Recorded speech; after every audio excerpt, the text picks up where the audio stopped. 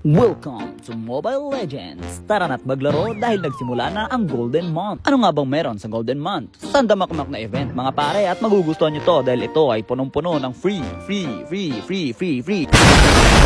Nagsimula ito noong February 6 at magtatapos naman sa April 10. 2 buwan pare. Sa pamamagitan lamang ng paggawa ng mga in-game tasks ay makakakuha ka na ng rewards. Siguraduhin makuha ng maaga ang mga susi nito dahil magagamit mo ito pagdating ng Ramadan sa February 17. So ano pang inaantay mo pare? Halina't maglaro. Kita-kits na lang tayo sa ML. Gagawa lang muna ako ng mga task boy. Excited na rin kasi ako ilabas yung bagong skin ni Hanabi pare. Alala mo yung yung double skin ni Rubig? Magiging ganun yung kay Hanabi pare. Tamang sakit ko ba Hanabi o pinaghahandaan ko na yung skin pare.